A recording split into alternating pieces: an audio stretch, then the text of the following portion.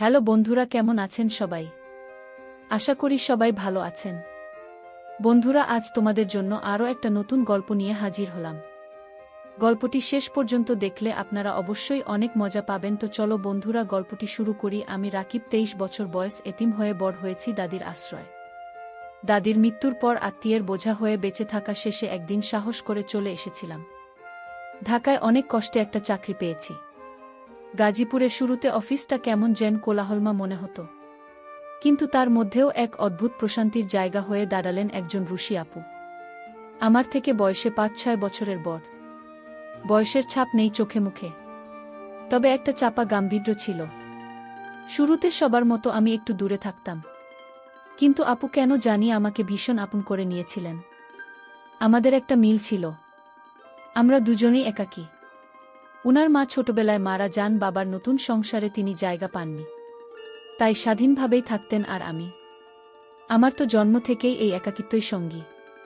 আমরা দিনে দিনে কাছাকাছি এসেছিলাম, হয়তো সম্পর্কটা এক ধরনের ভাই বোনের মতো, কিন্তু তাতেও যে একটা ঘনত্ব তৈরি হতে পারে সেটা টের পেয়েছিলাম।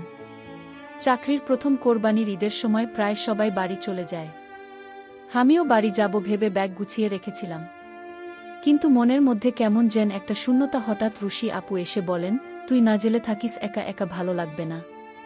আমি একটি চমকে যাই। আপুর মুখে এই সরল অনুরোধটা কেমন যেন মমতাময় শোনায়। আমিও বলি, থাকি তাহলে, মেস ফাঁকা থাকবে। আপনি কি করবেন? চল আমার সাথে, তোর মেস দেখি। এমনিতেও শুনি ভূতের বাড়ির মতো। হাসতে হাসতে মন একটু দ্বিধা ছিল, কিন্তু জানতাম আপু সরল ও নির্ভরযোগ্য। আমি রাজি হয়ে গেলাম। আমার মেসে পৌঁছে রুশি আপু একটু আশ্চর্য হয়ে বলেন, সত্যি তো? এটা তো পুরো সিনেমার সেট। আমি হাসি চাপতে না পেরে বলি, তাই তো বলছিলাম, ভূতর বাড়ি। ঘরটা একতলায়, নির্মাণাধীন ভবন, একটু অগোছালো, কিন্তু চুপচাপ। আমি বললাম, চলুন আজ খিচুড়ি আর গরুর মাংস রান্না করি। মেষ ফাঁকা, রান্না না করলে খাওয়া যাবে না। রুশি আপ একটু অবাক হয়ে বলেন, তুই রান্না করিস? আমি বলি, অনেকদিন একা একা থেকে অভ্যস্ত হয়ে গেছি। সন্ধ্যার ছায়া নামতেই আমরা রান্না শুরু করি। রান্নাঘরের ছোট্ট জায়গায় দুজন মানুষ একসাথে কাটানোর সময় সেই মুহূর্তটা অন্যরকম ছিল। রান্না শেষে খেতে বসে আপু হঠাৎ বলে, আজ অনেক দিন পর কারো সাথে একসাথে খাচ্ছি। জানিস, এই অনুভূতিটা কি অদ্ভুত সুন্দর। আমি তাকিয়ে থাকি। সত্যিই তো, কেউ একজন যখন চোখে চোখ রেখে খাবার দেয়, সেটা শুধু পেট ভরায় না, মনও ভরে যায়। রাত হয়ে গেল, বাইরে নীরবতা, পুরো মেস খালি, বাকি রুমগুলো তালাবদ্ধ। আমার ছোট্ট ঘরেই আপুকে থাকতে বললাম। আমি বলি, আপনি খাটে শুয়ে পড়ুন, আমি নিচে শুয়ে যাব। আপু হেসে বলেন, আমাকে মোটা বলতে চাস? আমি থাকলে জায়গা হবে না? আমি লজ্জা পাই না। না মানে তা না। তাহলে চুপ করে খাটে আয়, জায়গা হবে ঠিকই। আমরা পাশাপাশি শুয়ে পড়ি। হালকা আলো, দেখি আপুর চুলগুলো ঘাট ছুঁয়ে আছে, তার মুখে শান্ত একটা ভাব। হঠাৎ আমার মাথায় হাত রাখেন। রাকিব, জানিস, তোকে আমার খুব কাছের মনে হয়। আমি কিছু বলতে পারি না, শুধু অনুভব করি। দীর্ঘদিন ধরে জমে থাকা একাকিত্ব আমাদের দুজনকেই টেনে এনেছে একে অপরের কাছে। আমার পাশে শুয়ে থাকা এই নারীর মাঝে মা, বন্ধু, একজন মমতাময়ী মানুষ, আর কে জানে, হয়তো একজন গোপন আপনজনের ছায়া খুঁজে পাই। রাত তখন প্রায় 1টার মতো। ঘর জুড়ে নেমে এসেছে গভীর নীরবতা। মেসের সব ঘর তালাবদ্ধ, কেবল আমি আর রুশি আপু ছোট্ট একটা ঘরে পাশাপাশি শুয়ে। জানলার পর্দা একটু সরিয়ে রেখেছি।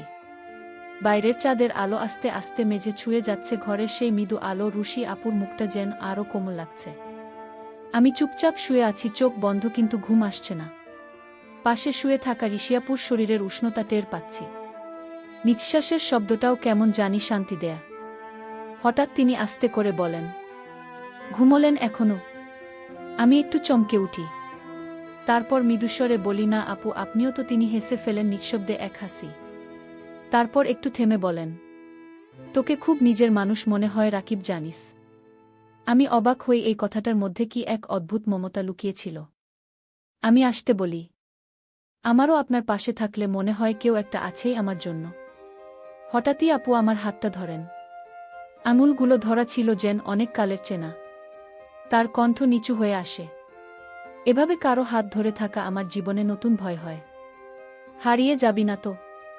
আমি যেন অবাক হয়ে তাকিয়ে থাকি ওর দিকে। এই নারী, যাকে আমি এতদিন আপু ডেকেছি, আজ এতটা অসহায় কণ্ঠে আমায় আঁকড়ে ধরছেন।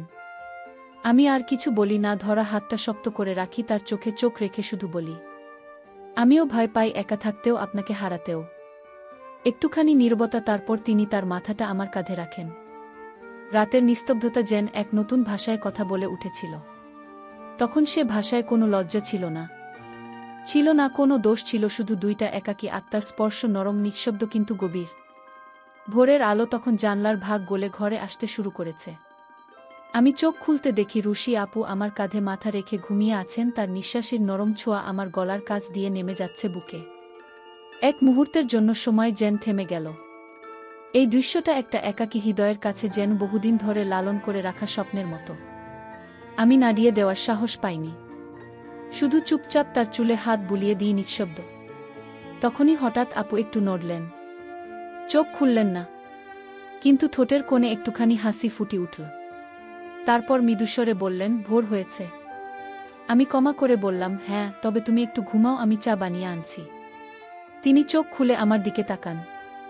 সেই চোখে ক্লান্তি ছিল, কিন্তু তার চেয়েও বেশি ছিল শান্তি। রাকিব, গতকাল রাতে আমি হয়তো কিছুটা বেশি ভরসা করে ফেলেছি তোর উপর, আমি জানি না এটা ঠিক না ভুল, কিন্তু তোর পাশে থাকলে আমার খুব নিরাপদ লাগে। আমি তার হাতটা আবার নিঃশব্দে ধরলাম। তুমি একা ছিলে, আমিও ছিলাম, জীবন আমাদের দুজনকেই আলাদা করে ফেলে দিয়েছিল। সবার থেকে যদি একে অপরের পাশে দাঁড়াতে পারি সেটাই সবচেয়ে বড় পাওয়া হবে। রুশি আপু আস্তে উঠে বসে চুল গুছিয়ে নেয়া। একটু পরে রান্নাঘরে গিয়ে তার পুরনো খিচুড়ি গরম করতে শুরু করে। আমি জানি আজকের সকালটা আমাদের আগের রাতের মতো হবে না। আজ আমরা আবার আপু আর ভাইয়ের ছায়ায় নিজেদের ঢেকে রাখব। কিন্তু সেই স্পর্শ, সেই একান্ত মুহূর্ত, তা আমাদের সম্পর্কের গভীরে কোথাও চুপচাপ থেকে যাবে। খাওয়ার সময় আপু বললেন, রাকিব, একটা কথা বলবো। হ্যাঁ বলো আপু। আমার গালটা দাগটা, সেটা তোরা সবাই এড়িয়ে চলে হাসে, আড়ালে কথা বলে, কিন্তু তুই, তোর চোখে তো আমি কখনো অসুন্দর হয়ে উঠিনি। আমি তার দিকে তাকিয়ে আসতে বললাম, তোমার চোখের নিচের দাগটা তোমার মতোই বাস্তব, সেটা তোমার অভিমান, তোমার অতীত, তোমার গল্প। আমি সেই গল্পটা পড়তে চাই, হাসতে চাই, পাশে থাকতে চাই। রুশি আপু হেসে ফেললেন, তুই তো খুব খারাপ, একদম মনের ভিতর ঢুকে যাস। চা শেষ করে আমরা কিছুক্ষণ চুপ করে বসে থাকি। তারপর রুশি আপু উঠে দাঁড়ায়, ব্যাগ গুছিয়ে নেয়। বিদায় বেলার আগে আমাকে জড়িয়ে ধরে বলে, যা ঘটেছে তার সবটা হয়তো আমরা বলে উঠতে পারবো না কাউকে, কিন্তু মনে রাখিস, তোর প্রতি আমার অনুভবগুলো কখনো নকল ছিল না। আমি মাথা ঝুঁকিয়ে বলি, জানি, আমি ভুলব না। সে বেরিয়ে যায়। সকাল তখন পুরোদমে জেগে উঠেছে। দুপুরবেলা অফিসে ফিরে এলাম, চারপাশে সেই পুরনো ব্যস্ততা। তবে আমার ভিতরে যেন কেমন একটা পরিবর্তন অনুভব হচ্ছিল। রুশি আপু অফিসে এখনো আসেননি। তার খালি চেয়ারের দিকে তাকিয়ে থাকতে থাকতেই অতীতের কথাগুলো মনে পড়ে গেল। প্রথম দিন যখন রাশিয়া আপুর সাথে দেখা হয়েছিল, তার চোখে ছিল একটা অদ্ভুত শক্তি, এক ধরনের আত্মরক্ষার অভ্যেস, যেন কাউকে নিজের ভিতরে ঢুকতে দিতে চায় না। তবে সেই মুখোশের আড়ালে লুকিয়ে ছিল একটা অসম্ভব নরম একাকী মেয়ে। সেই দিন রাতে যা ঘটেছিল সেটা শুধু একটা শারীরিক আকর্ষণ ছিল না, ওটা ছিল দুইটা একাকী মানুষের একান্ত এক অনুভব, একটা নরম স্পর্শের ভিতর দিয়ে একজন আরেকজনকে বোঝার চেষ্টা করা। আমি জানি এটা কোনো প্রেমের গল্প নয়, এটা দায়, দুঃখ আর নির্ভরতার মিশেলে গড়ে ওঠা একটা সম্পর্ক। রুশি আপু বিকেলের দিকে অফিসে এলেন, চোখে চশমা, মুখে একটু ক্লান্তির ছাপ, তবে সেই চেনা হাসি এখনও ঠোঁটে লেগেছিল। কি রে, এত চুপচাপ কেন? না, ভাবছিলাম আমরা কি কাল রাতের কথা নিয়ে কথা বলবো। তুই কি কথা বলতে চাস? আমি চাই তুমি আমার সাথে খোলাখুলি কথা বলো। ঋষি আপু একটু চুপ করে থাকলেন, তারপর ধীরে বললেন, রাকিব, আমি তোকে একটা কথা আজ পর্যন্ত বলিনি। আমি যখন ক্লাস 10-এ পড়ি তখন আমার আপন মানুষজনের কাছ থেকেই প্রথম বিশ্বাসঘাতকতা পায়। তখন থেকেই মনে এক ধরনের ভয় কাজ করত। আমি যেন নিজেকেই দূরে সরিয়ে রেখেছিলাম, কাউকে সহজে কাছে আসতে দিতাম না। আমি কিছু বলি না, শুধু শুনি। তুই কেমন করে আমার এই শক্ত দেওয়াটা ভেঙে ফেললি সেটা আজও বুঝতে পারছি না। কাল রাতে আমি তোকে শুধু একজন ছেলে হিসেবে দেখিনি, তোকে দেখেছি একজন নিরাপদ আশ্রয় হিসেবে। আমি শান্ত গলায় বললাম, আমি চিরকালই থাকতে চাই সেই আশ্রয় হয়ে, যদি তুমি চাও। রুশি আপু চোখ তুলে আমার দিকে তাকান, তার চোখে তখন ঝলমলে ভোরের মতো এক বিশ্বাস। আমরা আজকের মতো একটু হাঁটতে পারি, কে কোথাও চা খেতে যাবি? আমি হেসে বলি, চলো, তোমার প্রিয় সেই চায়ের দোকানে দুজন মিলে বেরিয়ে পড়ি। সন্ধ্যের বাতাসে এক ধরনের প্রশান্তি ছিল, দুজন পাশাপাশি হাঁটছিলাম, কথা হচ্ছিল না বেশি, তবে আমাদের নিঃশব্দ হেঁটে চলাটাই যেন অনেক কিছু বলে দিচ্ছিল। সন্ধ্যের বাতাসটা বেশ আরামদায়ক ছিল। রাস্তার পাশে ছোট্ট চায়ের দোকানটায় বসে আমরা দুজনই চুপচাপ চা চুমুক দিচ্ছিলাম। শব্দহীনতায় যেন আমাদের কথার ভাষা হয়ে উঠছিল। একসময় রুশি আপু নিজেই ভাঙলেন নীরবতা। রাকিব, একটা কথা বলবো, কিন্তু ভয় পাচ্ছি। আমি শান্তভাবে বলি, তুমি নির্ভয়ে বলতে পারো, আমি শুনব। রুশি আপু আমার দিকে তাকিয়ে কিছুক্ষণ চুপচাপ রইলেন। তারপর ধীরে ধীরে বলতে শুরু করলেন, আমি তোকে আগে বলেছিলাম না, আমার জীবনে একটা সম্পর্ক ছিল অনেকটা সময় ধরে, কলেজ থেকে শুরু করে অনার্স পর্যন্ত। ছেলেটার নাম ছিল সাব্বির। ওর সাথে সব ভাগ করে নিয়েছিলাম, নিজের স্বপ্নটুকু। কিন্তু শেষ পর্যন্ত ওই আমায় ভেঙে দিয়েছিল। আমার শরীরের দাগটা তোকে অনেকেই দেখতে ভয় পায়। সাব্বিরও তেমন করেছিল। কিন্তু তোকে দেখলাম আমার মুখে, সেই জায়গাটায় ছুঁয়ে দিলে ভালোবাসার চোখে ভয় নয়। আমি কিছু বলিনি, শুধু ধীরে হাতটা তার হাতে রাখলাম। তার চোখে জল ঝরছিল, কিন্তু গাল ভিজে যাওয়ার আগে সে চোখ মুছে ফেল। রুশি আপু বললেন, তোর মাঝে আমি একটা নতুন আলো দেখতে পাই রাকিব। তুই যদি পাশে থাকিস, আমি আবার বিশ্বাস করতে শিখতে পারি। আমি ধীরে বলি, তোমার পাশে আছি, ছিলাম, থাকব, কোনো দায়বদ্ধতা ছাড়াই, কেবল মন থেকে। চা শেষ করে আমরা উঠলাম হাঁটতে হাঁটতে। রুশি আপু আমার কাঁধে মাথা রাখলেন। চারপাশে বাতির আলো পড়েছে, তবে আমার ভিতরের আলোটা আরও উজ্জ্বল হয়ে উঠছিল। সে হালকা গলায় বলল, তোর সাথে একটু কাছাকাছি এলেই কেন জানি সব ব্যথা ধুয়ে যায়। কাল রাতটা ভুলব না রাকিব। তবে এটা শুধু শরীরের গল্প না। আমি চাই আমরা একে অপরের ভরসা হই, ভালোবাসা হই। কিন্তু সময় নিয়ে আমি তার হাত চেপে ধরলাম। জানালাম আমার কোথাও যাবার তাড়া নেই।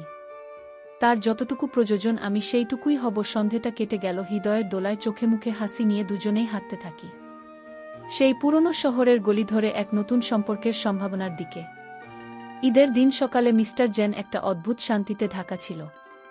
সবাই বাড়ি চলে গেছে আগেই, শুধু আমি আর রুশি আপু। রাতটা আমরা দুজনেই একসাথে কাটিয়েছিলাম।